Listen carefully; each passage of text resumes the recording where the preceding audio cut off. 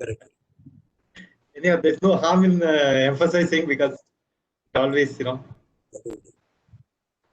could have missed the point when I was delivering the lecture. Very true, very true. So without an eye contact, we do not know, how many of them are, without any body gestures or eye contact, it becomes difficult to gauge. Yes.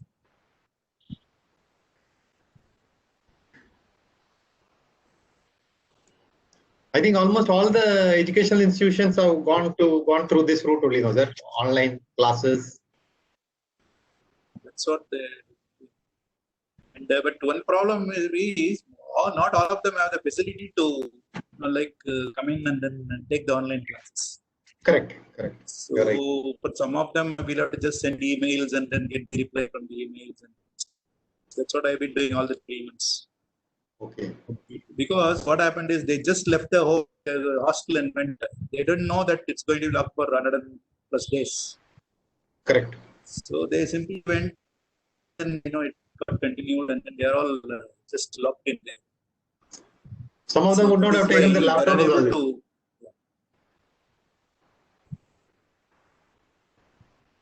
That is true.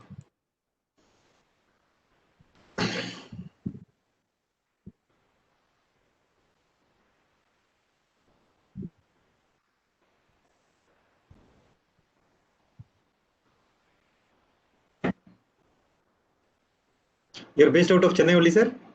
Yeah, I am very much in Chennai. Chennai.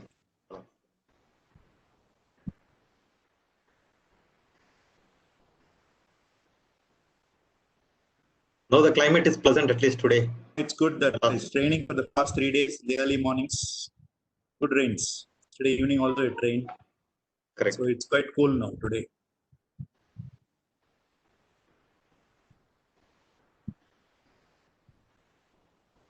In fact, we had a webinar on various themes actually. On geotechnical engineering we had. That was also with ACCI Mysore Center. Oh, okay. Then we had on sustainability. All right. So various themes are there. I think all this is a good database. Actually, those students who want to go back and see again, they always have this facility.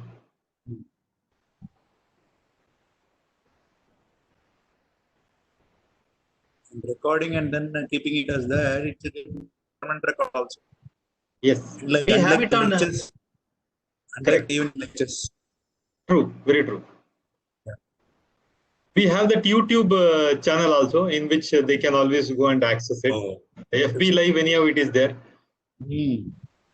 Because when we started, what we noticed is that there were some of them who were finding it tough to log on to the platform. Okay. So we thought, okay, FB Live and YouTube, so why not give that, convenience also, because many of them find it very easier to just click and listen. That's right.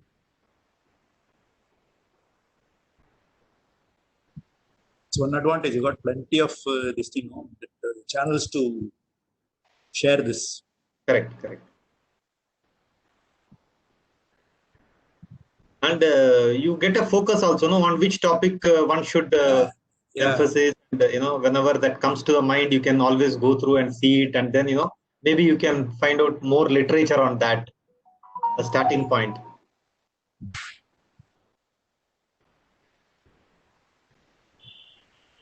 And in fact, it is really, very convenient that if suppose you are interested in one topic, we can compile so much data about it and information. Yeah. That advantage is there.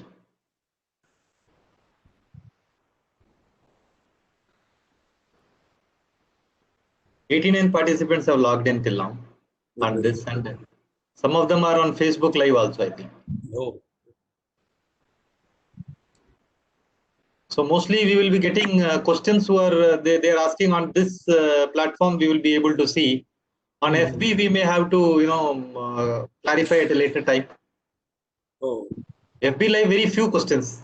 Most of them ask questions on this only because many of the serious participants log in on this platform only. The problem is now too many platforms are there, not like Geo Meet, Google Meet, Zoom. specs. So everything, everybody cannot do everything. True. So they may find it.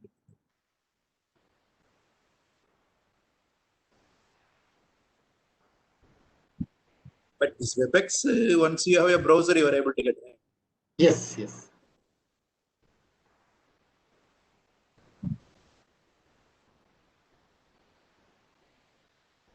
And we have found this to be good. We also have the other one also. Blue Jeans is there.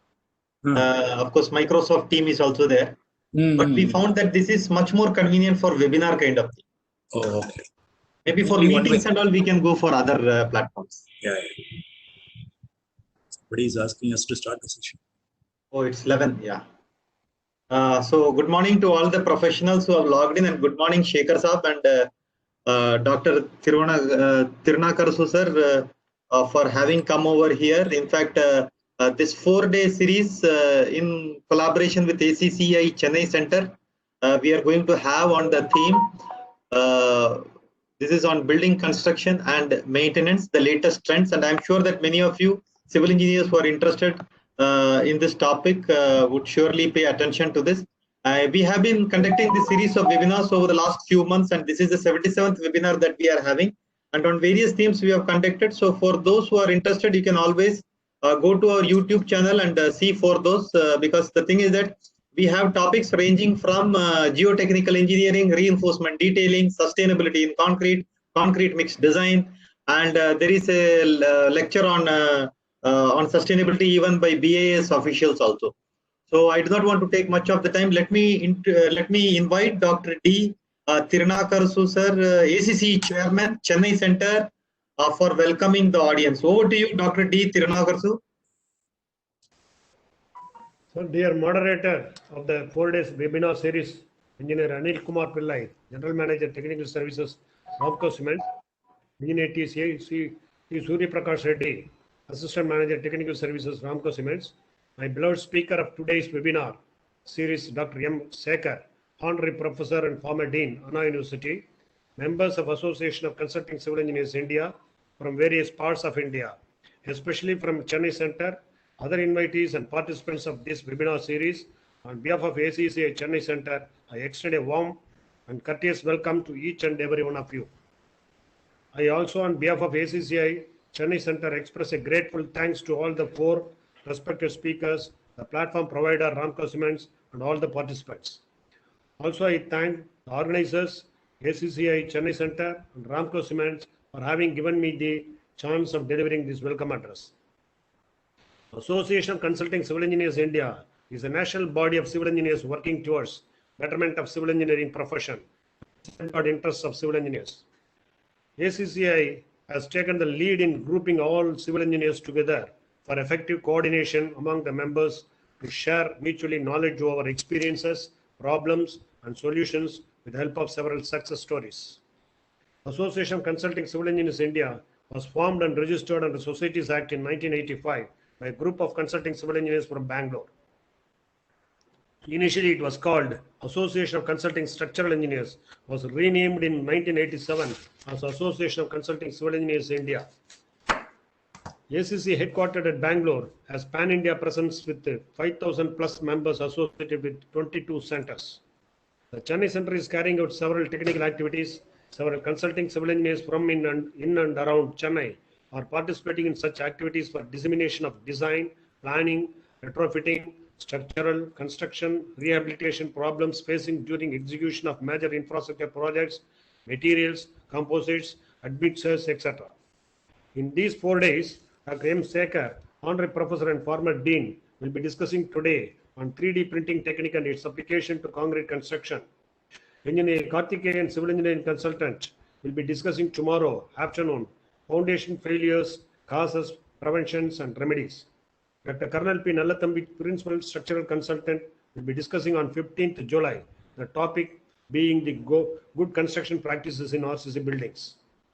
And finally, on 16th July, our own Secretary of ACCI Chennai Center, Dr. V. Rajendran, will be discussing in detail the brainstorming session on repairs and rehabilitation to wind up this 4-day webinar series successfully. All the participants are requested to take advantage of listening to all the 4 eminent speakers, as Their presentations are included with several case studies of both on-site and off-site. As I should not stand more between the speakers and participants, let me again extend a warm welcome to everyone. Welcome you all. Thank you, sir. Dr. Sekar, sir. Sir, Dr. Anil, Engineer Anil, please introduce the speaker. Let me just take the pleasure of introducing the speaker.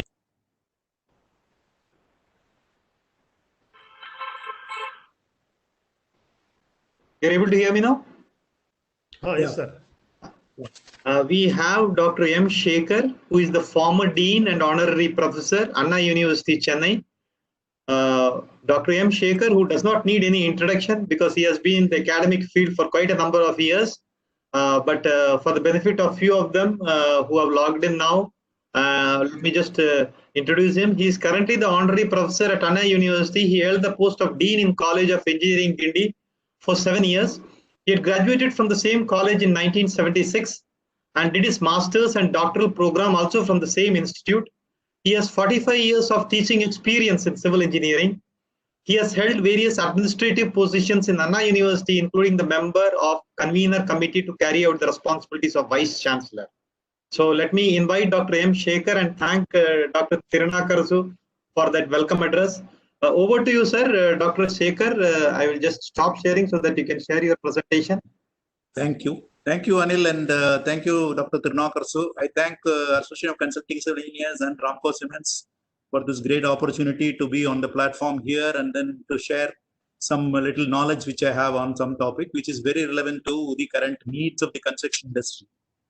So this mainly, and also I will just like to add along with the introduction that my association with concrete goes back to my student days in which I've been doing a lot of projects with concrete, and then later part in my master's and doctoral program also involving the concrete both structural and then material research.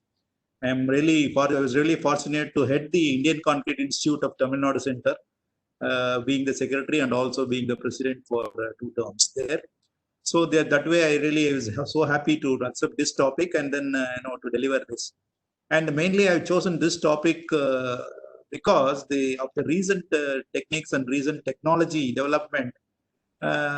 We always talk about Industry 4.0 and then Construction 4.0, which really means that we should bring in the artificial intelligence, large data analysis, data logging, data mining, all those stuff into the both manufacturing and construction industry. So that way, already lots of big companies are having this data manipulations and data operations in a large number successfully.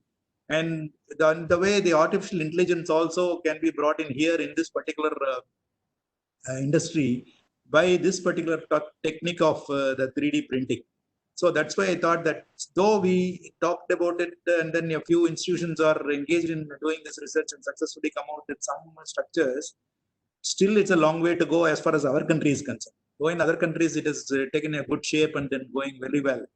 And that too during the time when we talk about making India and also be self-reliant and all that, I think it is very important that the major either the cement companies or the construction companies should look after this and then try to sponsor work and research and try to get into this immediately. That's why I just wanted to take this particular topic and then tell about this topic. And maybe many of us were just wondering about what is printing business in our construction industry.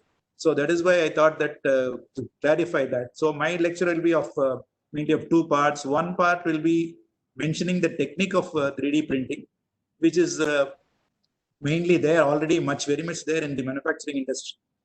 Whereas bringing it to concrete is the next stage. What are the challenges there in that also I will just dwell upon.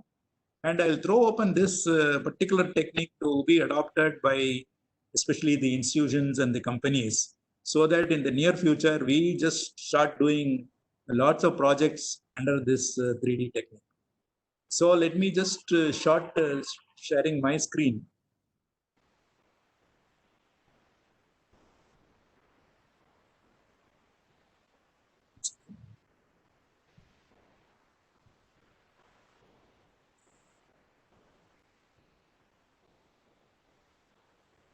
Okay, it's getting loaded.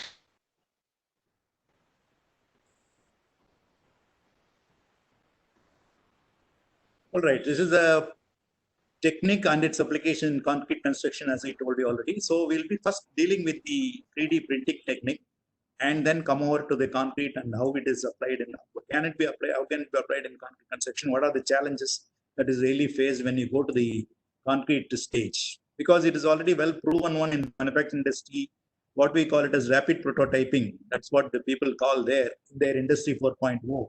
And almost all institutions, all places, this is already a part and parcel of that. And in concrete, we have to now bring in.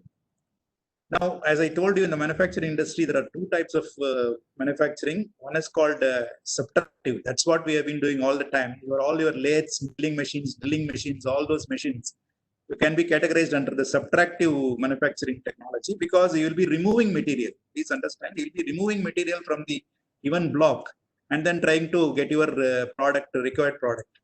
Whereas on the other side, if you are going to add material and get, obviously it is called as additive.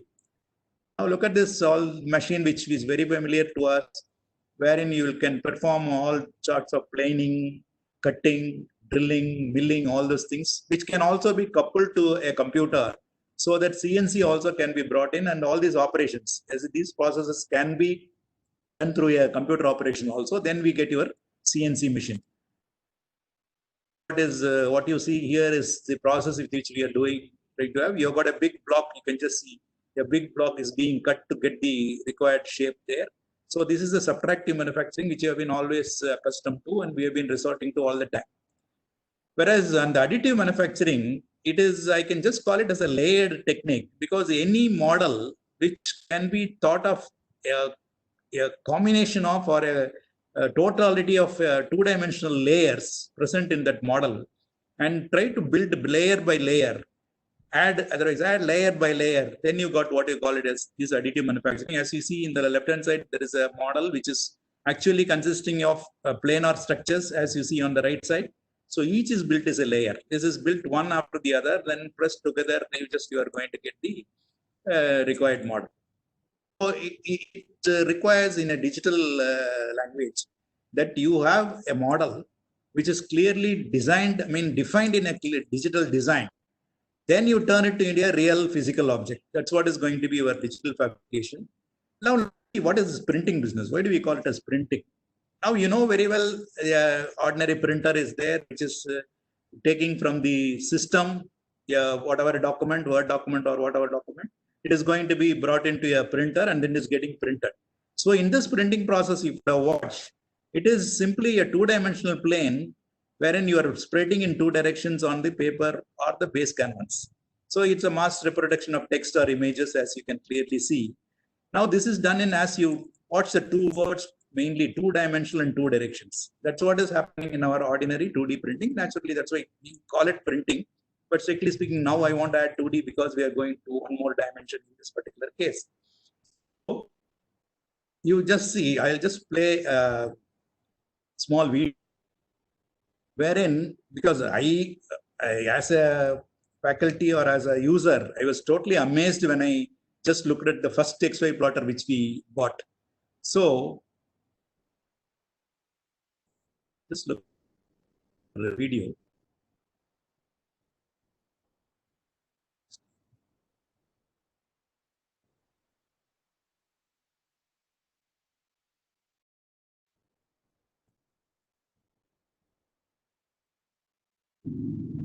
Okay.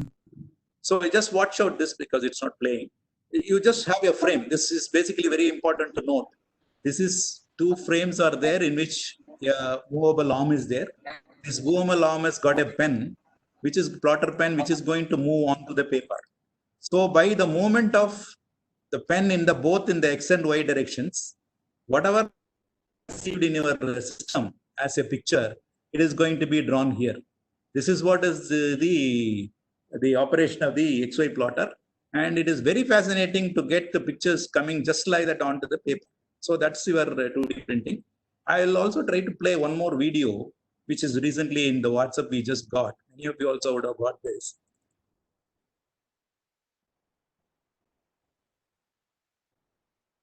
To plotter, it's being painting. That's what is happening here. Now you just see the speed with which it is there and the figure that is being brought in. So naturally, this is what we call it as the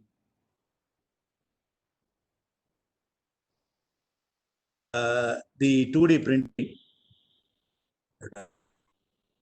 So obviously, XY plotter yields 2D printing. Now, just imagine, instead of moving your pen both in the vertical and both in the X and Y directions, you can also move it up in the Z direction also. So you pour the ink so that it builds one more layer of ink on the paper. Then naturally you are moving in from 2D to you're moving to 3D. So we already have this kind of technology in a different way. We call it as embossed printing. Now you would have all felt just moving your fingers onto a printed paper that you just get projections in some of the printed material, printed the portions. So we just used to call it as embossing. Though it is a different process, it has been done. That's where the first time I can call it 3-dimensional printing is going to be there. So what is 3D printing now? As I already told you clearly, that it is a process of joining material to make objects from 3D model data, usually layer upon layer. This is a very important keywords we have to note. Layer upon layer, as opposed to subtractive or subtractive manufacturing technologies. Either two we have been adopting to. So it's an additive manufacturing process which creates 3-dimensional objects from 3-dimensional digital transformation, digital information. 3-dimensional digital models are called sliced into many 2-dimensional cross sections that are then printed, strictly speaking, placed or put one over the other to get your total model. So normally a 3D printer is going to look like this, but for making this to be operable, we require a system. You require a software. So from the software, you feed in the model, and based on this, your printer is going to move in all 3 directions and get your model to your hand. So this gives you a clear picture of what is being built. What you see on the left side is the digital model that has been in the system, which is a 3-dimensional model. But if you closely look at it, go by one layer after the other. Each layer is going to be of different, sizes and sometimes shapes or projections or indentations. All these things can be there. So they are all going to be brought in by the 3D printer. When the material is extruded from the injection point, so you are going to get this. Ultimately, you get this model. So you are able to see from digital to physical model in 3D printing. And you look at this model, have a 3D digital design, and from the digital design, go and then make the model. That is what is happening in your 3D printing. This gives a very clear idea of a 3D printing, wherein a given bigger solid is actually taken into number of layers, as you see here, and broken into, and these layers are now fed into the machine, and then these layers are built up by the 3D printer. So you can just see the fusion depositing modeling. That's what is called fused deposition modeling. So that the layers are deposited one over the other to get your ultimate model. So a model slices, then you print in the FDM technology. Now look at the right hand side model, then we can look at the left hand side. Now it looks like a quite complicated design that is being printed onto a vase, flower vase. But flower vase, you just imagine only one layer. You just on the left hand side now you can see. So what you see as a complex flower vase on the right hand side is nothing but a series of or a number of layers that has been there. Each layer is going to have its own property because of the projections, indentations, all those things that is happening there. And ultimately, when you put it over one over the other, you get your complex process. So how do people use 3D printing? You can just see it's for prototyping. Low volume manufacturing, we will see later one of the examples of low volume manufacturing where only a few quantity numbers are required, and then you want to make it. It is quite convenient here in a 3D printer. And consumer products can be made, architecture design products can be made, medical equipment also can be made, and then because the precision and accuracy that you get out of this is very great. So that is why this is very useful. Now we already saw a line sketch on that where we will see a 3D print look like. So basically what we need is we need a drum to hold the ink. Here the material is plastic or whatever material that is going to make this model, 3D model. So that is this tank. From this, it is going to be injected out from through this device, and then it comes out. Now, mainly you have to move this in all the three directions so that it builds the model layer by layer. So the slice model is being built here using the 3D printer. So by moving it in the 3D directions, as you have been seeing. So this is what is called this fusion deposition modeling printer. You can just see another printer there, and in which the models are being made. Now look at this model again, just to explain and then reinforce my explanation of a complex model is not really complex. But when you slice it and see, they're all simple slices of different shapes, sizes, variational dimensions, etc. And ultimately, when you put one over the other, you get that. That is what is being explained here. You just see this slice being seen. Nobody can say this is part of this particular rabbit model that is there. Here it is another example wherein you get your pear out of a number of slices arranged one over the other. And here it has been explained using some wooden disc models. So what you see on the left top corner is a model, but it can be made, as you can just see, with the plates that has been made here. So from the slices to the solid. Now, this is not a very new idea. As you can simply see, we had a large number of structures made in ancient times, making smaller components, building the smaller components. Although we call it as a prefabrication or something, but still you can just take an analogy that a bigger model is being arranged from a smaller sized components. So only thing here in 3D printing is these smaller sliced components are planar slices. That is what is the difference. Otherwise, the idea concept was there long back. And this actually came in 1981 from the Nagoya Industrial Research Institute. And in 1984, Charles Chuck, because we have to give credit to these people who have brought in this particular process here. Now, I'll just show some of the models that could be produced out of this to explain the advantages in the manufacturing industry, wherein you have the smaller physical models are being made. As you can just see, whatever architectural design you want to make, you just make a model and try to get it here. So it is limited risk if it fails, and streamlined development process is going to be there, save money and time on tooling, and of course, mass production. Supposing you want to do it a large number of pieces, they're going to be done in a quite quick time. That's an advantage. Now here you watch these two people playing the ball, and their wheelchairs. There is going to be one component which is there. This is where we call it as a small volume, and then maybe to fit into the what is specification. Yeah, that's what it is. You got a specification changing from one to other. So especially the wheelchair, the moving chair seats have been made using the 3D printing. So you can just see this. So this is required for different sizes, depending upon the ergonomic requirement for the person who is riding the wheelchair. And here I'm just going to show a number of models that could be done. You can see very beautiful models can be brought in using this particular technology. When you got only specific designs are being made, only one or two pieces. Now one cannot go for molding all other techniques.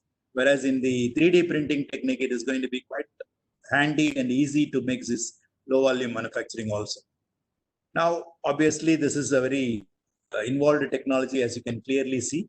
In 3D, the challenges that are normally seen is going to be the material, which is going to be highly amenable for 3D printing. So naturally, that's going to cost more. If it is going to be a small volume manufacturer, naturally one should not mind the cost. But if it is going to be a large volume manufacturing, it will automatically balance the higher cost that you are trying to do. the speed, the environmental concerns, surface finish resolution, mechanical properties. So this is what is the challenges that has been 3D printing. Now, I hope that so far what we have seen is in the additive manufacturing industry called 3D printing, which is well established in the manufacturing sector, the mechanical engineering sector. Now, when you come to concrete, naturally you feel that how we are going to use this, what is the necessity for going for such highly involved technology, where does it help us? So this kind of questions crop up. So for that, let me just play a video.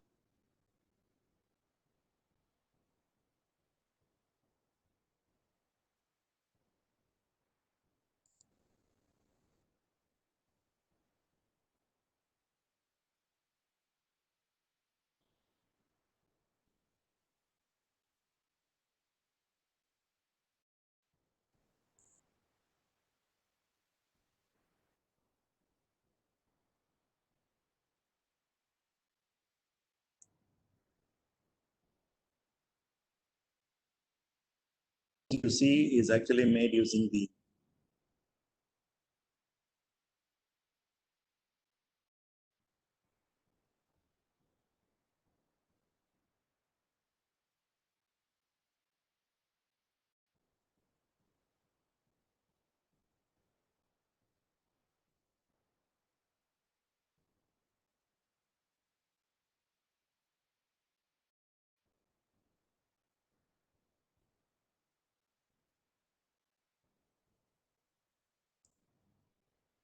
Okay, before going to this, I will have to just talk about the need of this to you, that it is very much required for when you go for mass housing, especially either for providing for homeless citizens all over the world, or whenever there is a disaster and then immediately you have to make some mitigation structures and buildings, then this kind of technology can be used. Now, what is the major challenge that we just face from the way we have been seeing the manufacturing industry and the 3D manufacturing that we have been doing, 3D printing we have been doing? The major problem is obviously going to be the material, especially been using the concrete for quite a long time. We have started modifying, especially its properties, only very recently because of the need. The first need that came, as you all know, is we wanted to pump the concrete. The concrete is not simply placed. We have to pump and pour it in different heights and different places. So we want to push the concrete through a pipeline for construction. So naturally, we should have a slightly altered property of the concrete, which normally we place using our hands. So this kind of necessity gave us to change slight modification in the concrete that is being pumped. So you can just see when the concrete is pumped, the spaces or voids between aggregates are not filled with mortar, or the mortar is too thin and runny. Pump pressures cause segregation, forcing water through the mix. So people take care of it, and now we are thorough. We know how to pump a concrete and place it properly. And what is the properties that we wanted to have is the concretes which are pumped must be cohesive. Harsh mixes do not pump well. Pressure exerted by the pump can force the mortar away from the coarse aggregate, so it can cause segregation. So these things were taken. So my idea of telling this is we are trying to modify the concrete based on our need. So next we have another requirement that came up, because when we wanted to place concrete in very congested reinforcement stages where the vibration was not possible, what we did, we went for what is called as self-compacting concrete, as you all know. So what was the main properties that were required from the self-compacting concrete was the filling ability, so that it goes and fills every single void that is there in the reinforcement formwork. And then passing ability, so that it passes quickly over the reinforcement and then spreads fully, and segregation design, so it doesn't get segregated. These were the properties that we kept in mind, designed the self-compacting concrete. So we used for self-compacting concrete, as you know, in the superplastasis, So we just limited the size of aggregate, and also we were very particular about the shape of the aggregate. And also we wanted to know the fine aggregates must be of specific size so that it can serve our purpose of self-compaction. And we tried to add a large number of course, an advantage that came because we could use the fly ash, the GGBS, everything in this, and then in making the self-compacting concrete. And the main thing was we used super plasticizers here to see that it so increasing the flowable property and the water ratio and everything could be contained well. So my point of telling these two concretes, namely pumpable concrete and self-compacting concrete, is that we try to modify the property of the concrete or the mix so that it serves our purpose of either pumping or self-compaction. Now coming to our 3D printing, as you've seen all the slides and the discussion so far, we need a concrete that can be used as ink that is being used in a printing printer. That means it should come out and then spread as required, not flow freely or not just stick to some place, etc. So that is, the consistency is very, very important. So the challenges is in this 3D printing is, so 3D printing lays down, naturally we know the process. You lay down thin ribbons of concrete, very high speed, and just in 1 hour you can say you can put multiple layers of concrete you can place. But what are going to be the overall challenges in making a 3D printed concrete units? Now we divide it into two together. I'll divide it as machine, software, and the material. So machine wise, just see what we require is a concrete tank which contains the concrete that is going to be pumped, and then the pumping mechanism which can uniformly pump the concrete into the printing nozzle, and from the nozzle it should come out. And you should also have a motion control system wherein it can move this way and that way. And also pumping also must be proper so that you get a uniform feed or uniform injection out of this nozzle. And the software, which is the artificial intelligence coding, is required to get the required shape and size of the building component. So it is already pre-conceived and then pre-digitized version that is available in the system. So once the system gives the command to the machine is going to print the concrete. Now that is okay. That is going to be now. One point I want to say here is this is an interdisciplinary process that we have to do. That is, a mechanical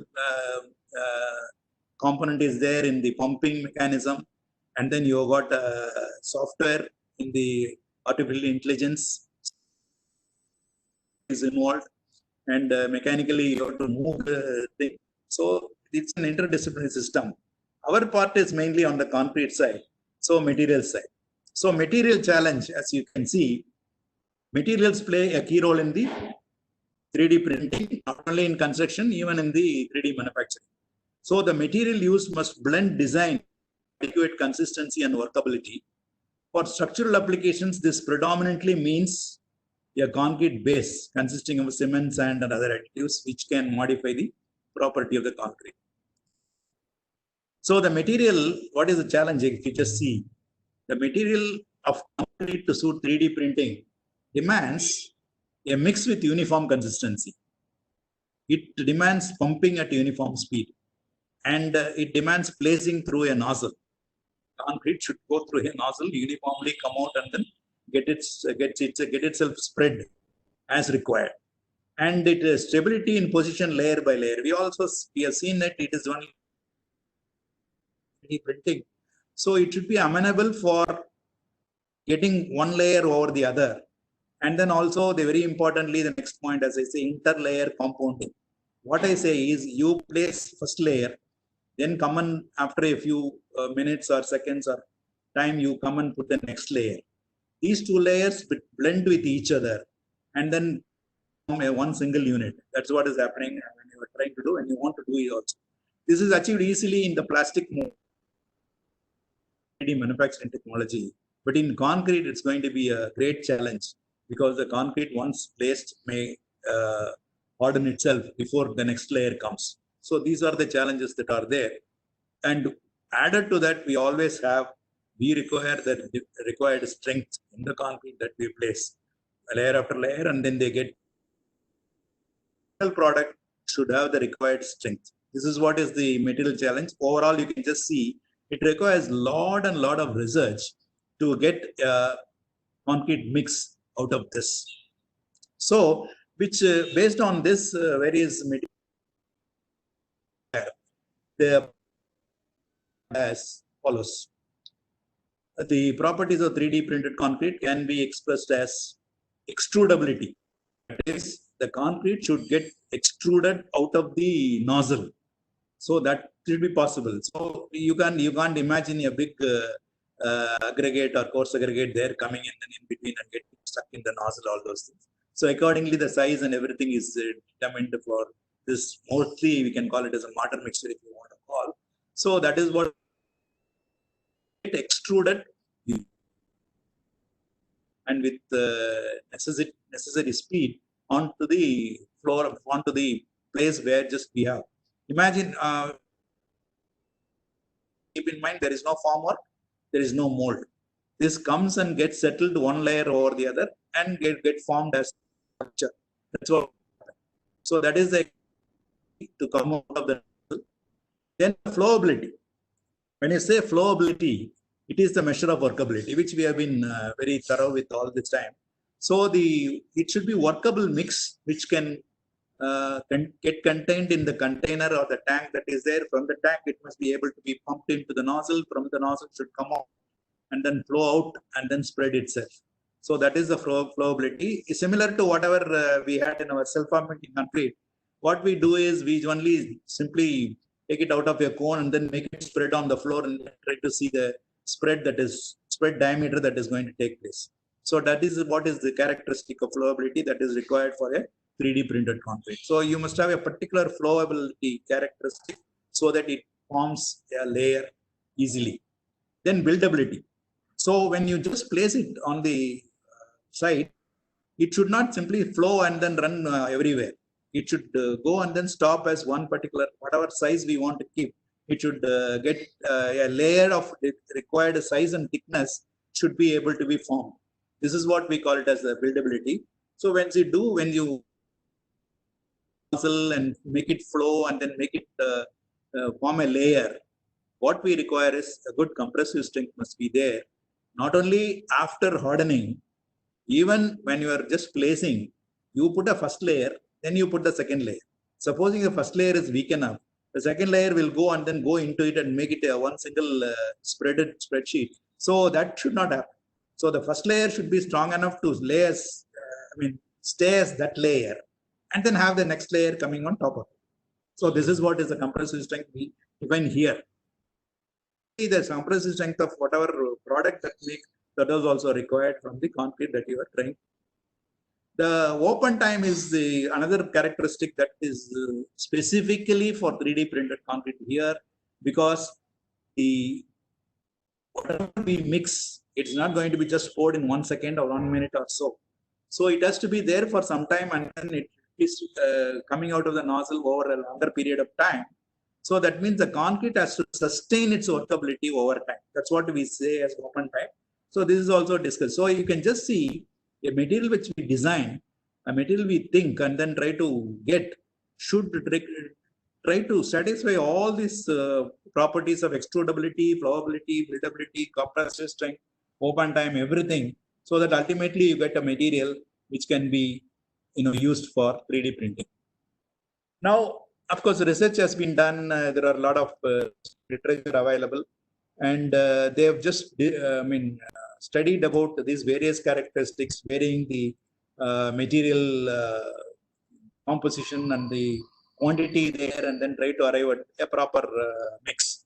So when they studied the specific properties, you yourself would have noticed when you say it should flow, then you can't build because it will simply flow away.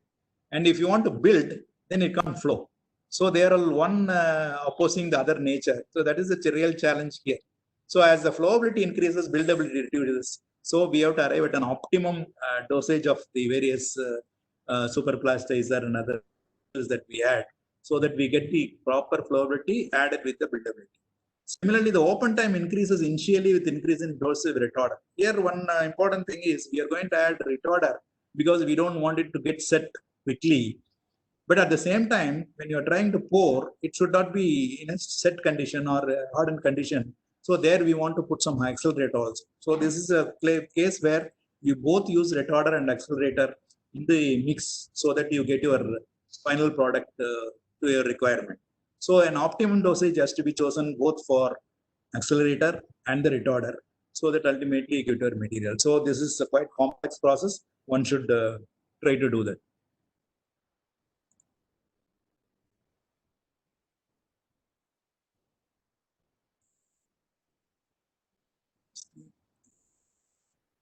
Now, based on research, what we have is has to do whatever. This is an indicative mix shown. I cannot. Nobody can guarantee that when you try, it's going to work. So it all depends upon your local material, what you have, all those things. So when you try a project, for that project specifically, you should try to use the composition. That means you have to test all the properties that have been listed and then try to use it. So here, why I'm just trying to give this a sample mix is that just to understand what are the various materials that go to make a 3D printed concrete. It is not something which is something new that we are trying to use, or some new modern materials we are going to use. Whatever that we had so far, we are going to use the ordinary Portland cement, the sand, fly ash, and super plasticizer, retarder and accelerator as chemicals. So they are all used to get a water cement, adjust the water cement ratio so that the strength is obtained, because the water cement ratio is going to ultimately strength both for placing and also for later hardened concrete. So this particular mix in that particular research paper, we were able to see that it could give a flowability of 1.13 centimeter per second, which is quite good to place and then see. And similarly, a compressive strength of more than 40 MPa could be achieved for different amounts of super plastics that they used, and the water cement ratio they tested also. And so that is why this, but I'm just giving this to show what are the materials that go to make a 3D printed concrete, which is not anything new material, the material which we already have. The fly ash, instead of fly ash, we can try to use GGBS and whatever that is available, that it can match our requirement. Now, let's go to the process, because having seen the material, the requirement, the challenge of making a particular mix, now let us try to see the various ways in which this is being done. Practically, we have already seen in that particular clip also that how this is being placed. As you see here, the nozzle is here, and through the nozzle, the concrete paste comes out and then gets it placed. So you see the layer by layer. When I said the layer has to retain its shape and size, I meant this size. It cannot flow so wide, or it cannot go very wider apart. So it should stay as one layer. And when you place the next layer, it has to take the layer that is being placed on top.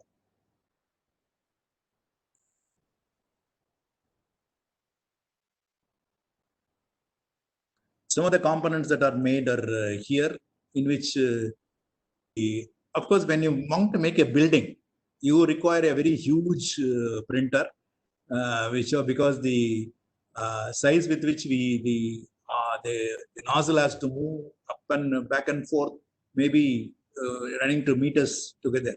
So that's why it will be a very big 3D printer required. Now you can just see here, it is actually what is happening here is these individual blocks have been made using the 3D printing, and they are now ultimately assembled here together. So it is not that the entire units you see here is done in one go. The individual components have been made using the 3D printing. And you can just see the way, this is what I said. Basically, you require a framework on which these arms move. So you got movement for both horizontal, vertical. This is movement in one direction.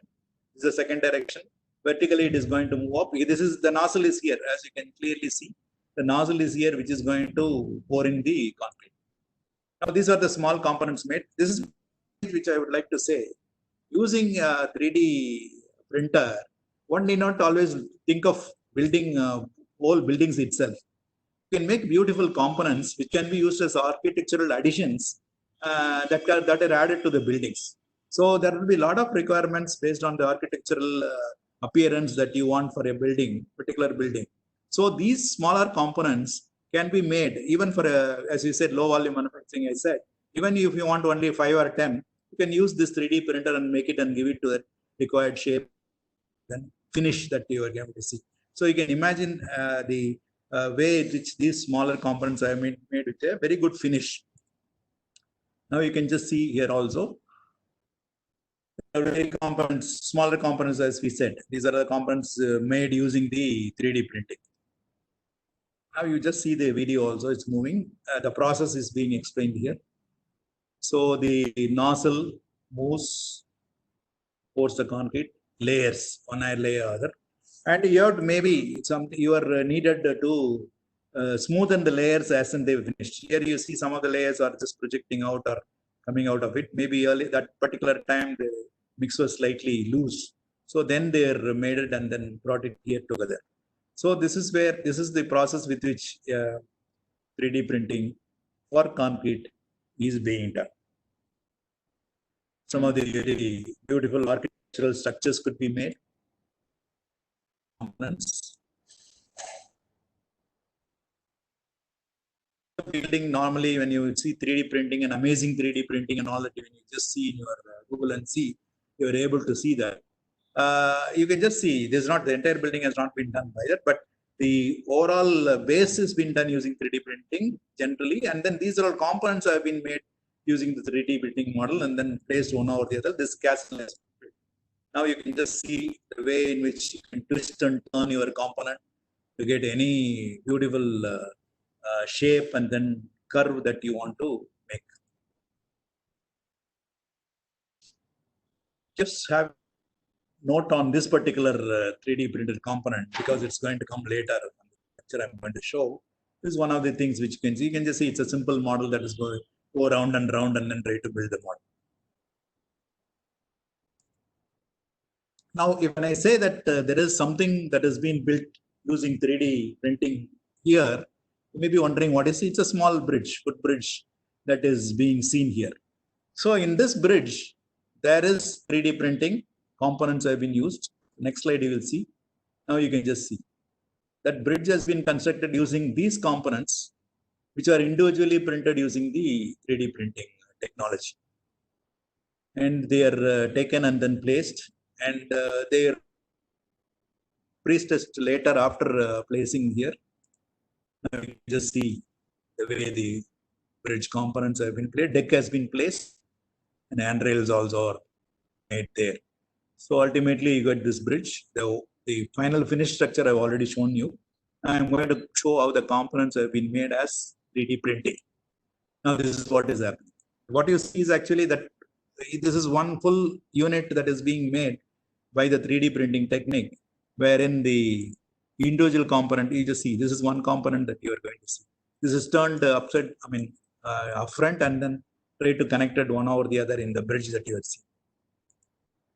Now, coming to our trials that our people are trying to do, and then when you don't have that much of finish that is going to come, but still the process that is adopted is a 3D printing, is what you see here. You just see the arm that is moving and doing this 3D printing here, which is moving on this 3D, the frame here, both horizontally and then also vertically up it is going to build. So it may look very crude, but the process with which 3D printing has been adopted can be clearly understood here. So this door, of course, came later. So this entire thing has been went round and round and round as layers, and then ultimately brought into this. This is the same technique has been adopted by our IIT Madras also, and they also demonstrated last year itself. But still, that is not coming to the commercial stage because still they are improving upon it. Because ultimately, when you want to give, you cannot give such slight crude way of making something. Maybe faster, but still we must need finishing and then your smooth finish required. That's what you should be able to achieve. But it's not very difficult because our artificial intelligence and our computer techniques are so good. So you'll be able to do that. But blend with the computer, your material, your everything is going to be the challenge that's going to be there. But one can do it. I think our students who are very intelligent and researchers who are very good at this, they can really do that. This is the IIT Madras 3D construction. What you see here is the one which has been done. And in this shape, it has been built vertically up using the 3D printing. And foundation knowledge has been already made. So this particular part alone has been done by IIT Madras. It has been in the news last year. Professor Manu Santanam and Professor Koshi Varghese were the people who were doing that. But still it is not out in the market, but they have got huge plans. They have also got a tie-up with an industry. Hope that quickly it comes out. But it is the need of the hour, as you all can see. Our country needs large amount of housing, affordable housing. At the same time, quick construction has to be made. So one can easily plan and do that. Now I'll just come to the final part of my presentation, in which the advantage scenario. Over the time, I've been talking about various advantages also. Now one can look at the material also that we want to build these houses or components or whatever it is, can be made out of new projects also, like, like plastic, waste plastics also brought in. So, and then they can be used. So we can make a project which is very quite environment friendly. So that ultimately you want some material to be injected out through a nozzle and then build a component. So you can just see recycled materials or plastics can be brought in and used. So now you can see, to have an inexpensive 3D printed houses in developing countries, which we already seen, we started our discussion in concrete also based on that slide only. The shorter construction period is quite quick. As you can just see, it's going to be mechanical and it is going to come simply move. The time may be restricted, or the time constraint may be only limited, because our concrete should be able to gain the strength and take the strength to have the next layer. That's the only thing. Unlike our plastics, other thing we see in the manufacturing industry, in concrete, that is one limitation which you have to keep in mind. But still, I will say this can construct a large number of houses in quite quick time. And as I told you, any natural disaster, after natural disaster, we want to build houses in a quick time, because still, many of the disaster mitigation efforts are still going on, especially the tsunami houses, they're still being built. So after so long a time also. So this kind of technology, if you adapt and then use, you'll be able to deliver the goods to the needy immediately and quickly. The shapes and sizes and various things are, this is one very good advantage here in this. So whatever you conceive, you'll be able to get it out of the 3D. So architectural and artistic cement concrete products can be manufactured in large scale, which can be used as attachments. This is what I was telling. Smaller components, which can be used as architectural enhancement in buildings, can be made here and then do them. And of course, I close with whatever I got from literature, that when you go elsewhere, either to Moon or Mars, there you want to build something. Naturally, you can control from here, take the soil, whatever it is, if it is available there, use the lunar soil itself, and then do it from there. So this is what people are also expecting, anticipating. You have the technology to build, okay, use the technology there and build it. So to conclude, there is no limit for your imagination to run wild, to create such wonders in concrete, in architectural front, and also to serve the mankind in the need for mass housing, the global construction front. So I think that I've taken the correct time, and thank you very much for your listening. A long way to go. I agree that in our country, it's a long way to go, but it is possible, and sooner or later, we are going to achieve this in our country in front of our eyes. Thank you very much. Thank you, sir. It was a very good presentation. And as you rightly said, this is an interdisciplinary study with mechanical engineering, software, and civil engineering. So let me just, there are some questions. I've got it on this thing. Yeah. Got it on the slide itself, but I'm not able to share it. Anyway, I'll just you can read the it out. question. Yeah, I'll read it out. According to you, when will 3D printing come into conventional construction practice? Yeah, in my judgment, it should be taking nearly 5 years for our country. Okay. Yeah, so that means it will take, because as you see, the IIT Madras work also has been done 2 years back. okay. Still nothing ahead of it, out of it now, because it is fine tuning, and it is a unified approach, and then like concentrated movement with the support from major industries. That's very, very important, because you can just see an individual cannot do this, or an individual institution alone cannot do this. The support from the major industries should be there, so that it is realized. So there is another very practical question. If we place layer by layer, that means old joint may come in and joint strength will be less. So what about that? No, it is not a jointed process. That's what we should understand. That's what I told you as interlayer compoundability. That's what I said. That's one of the property wherein whatever the second layer you put goes and merges with the first layer. So this testing has been done and then seen as one unit. It is formed as one unit only ultimately. So it is more or less a monolithic construction, though it doesn't look like a monolithic construction. It is a monolithic construction only. There is not going to be any joint at all. What about durability point of view? Durability is very fine because we are using fly ash, ECBS, all those stuff.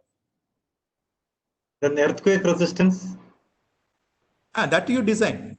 For such things, we have to design the thickness, other things, the shape and other things come into picture when you are doing. And we are not doing it, I'm not advocating, we are not advocating now to a very big multi-story or high-rise structures. But you have just building in our presentation itself. This single unit building wherein, it is for one family, we just make and give. And there is no question of an earthquake coming in and trying to disturb it all. And that too, one more important thing, this is a one single RC construction. So it is that is what do you call a one single unit. So it doesn't get disturbed. Unlike our brick structures or into individual block structures, individual blocks have got joints in between them. They get disintegrated during earthquake. But here it is not going to be. It's going to be one full unit. Where we can use FDM Printera. FDM is a technology, that is fusion deposition method, in which you deposit one over the other. And that is what is being done here. This FDM technique only is adapted for concrete, because you get your concrete as a material and then you just spread it over. So how matured is 3D printing in Indian market? You have already answered that. Is the ink ready for that? This ink means the concrete. Yeah. That already the IIT Madras and to the institutions, they have done smaller models. And research-wise, you see, you don't get a big model. But one more thing I would like to add: smaller components like your, that paver blocks like thing. So these paver blocks like thing, if you want of different shapes and sizes and designs, now it can be just made in our 3D printing and then make large Mars scale production we can make. So this is being done in laboratories. Why is there a hesitation in implementing this? Any drawbacks in the Indian thing? No, you yourself noticed this is not a simple process like concrete technologies can go immediately do it, or mechanical engineer come and do it, or come. So it is basically, you all know, our robotics. It's like robotics only, as you can clearly see. It is something like robotics which we want to do. So naturally, for that, the people joining together is very, very important. In our own college, both our structural engineering division and the manufacturing engineering division are now joining together and then starting a project soon to launch this particular project. Any indication of the cost of 3D printing at lab scale and field scale? At this point of time, I cannot say, because it's once only it is made. You can say that. Any codal provision supported 3D printing process? I don't think so far it is there. So in India, we have not adopted anywhere except IIT, is it? IIT. Yeah, that's what I told you. It's still in the research stage only, and they just made a model house and then shown it. Any exclusive laws and authorization made for constructing building by the method of 3D printing? Actually, that's what one of the slides you would have noticed. I just put as the intellectual property. The intellectual property thing may come when you try to use a particular printer designed by somebody and all. If you can design ourselves and then design our own material, there is no question of IP coming into picture here. So that we will be able to go ahead with that, and we will publish our findings so that other people can follow. How can it be implemented in slab where there is no layer by layer process? me? In 3D concrete printing, how the horizontal elements like slab shall be processed where there is no layer by layer process. Okay. Now, mostly what we have shown, you would have noticed most of them are the vertical components. Now, only thing is you can build a piecemeal horizontal slabs, I mean pieces, and then assemble them together on top. What's the future ideas in the construction projects where the printer is required to move throughout the project for constructing the structure, which is a difficult task to manage, is one of the remarks that is made. But it is not impossible, as I can clearly see, because some of the structures you would have seen in our presentation also, they are huge structures. So for that, it is a huge concrete, 3D concrete printer has been done, which moves in a big platform.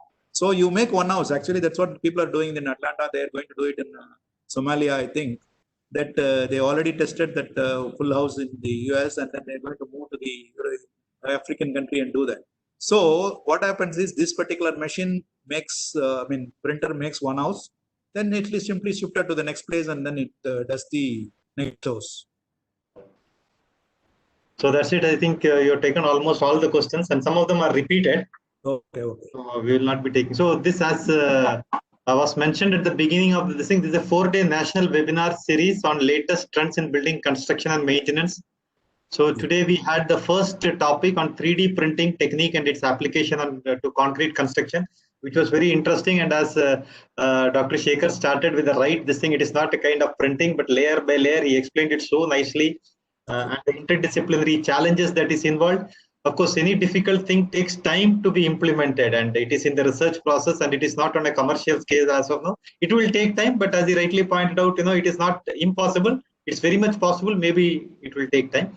So tomorrow we have another talk by Engineer A. Karthikeyan on foundation failures, causes, prevention and remedies, again on geotechnical engineering.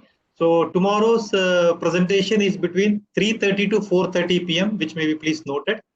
And on the third day, we have Dr. Colonel Nallathambi, who would be talking about good construction practices in RCC buildings. He is Principal Structural Consultant from Chennai. And then we have on the last day, on 16th July, by Dr. V. Rajendran, he would be talking about brainstorming session on repairs and rehabilitation. So that's a very nice series of webinars that all the construction professionals would be, this would be a opportunity to take advantage of all these talks by the eminent speakers. So let me thank Dr. Sekar for giving that presentation in such a simple language that most of us were able to understand. Thank you, Anil. There is a low bandwidth, I believe. So anything that you would like to add, Dr. Tirunakar sir? Anything? No, that's all, sir. Thank you. Okay. Thank you, sir. Also. Thank you, Dr. Sekar sir, for having spared your time. It's very difficult to make it very simple. Very much. But the way you have made it so much interesting, and we were able to get through it, and you fixed the time. The time also was maintained, so it is the combination of all. So it was a fabulous presentation. Thank you so much, sir. Thank you. So we sign off from this today's webinar, and we meet tomorrow at 3:30 p.m. Thank you so much. Thank you, sir. Thank you. Thank you. Thank you. Thank you, Dr.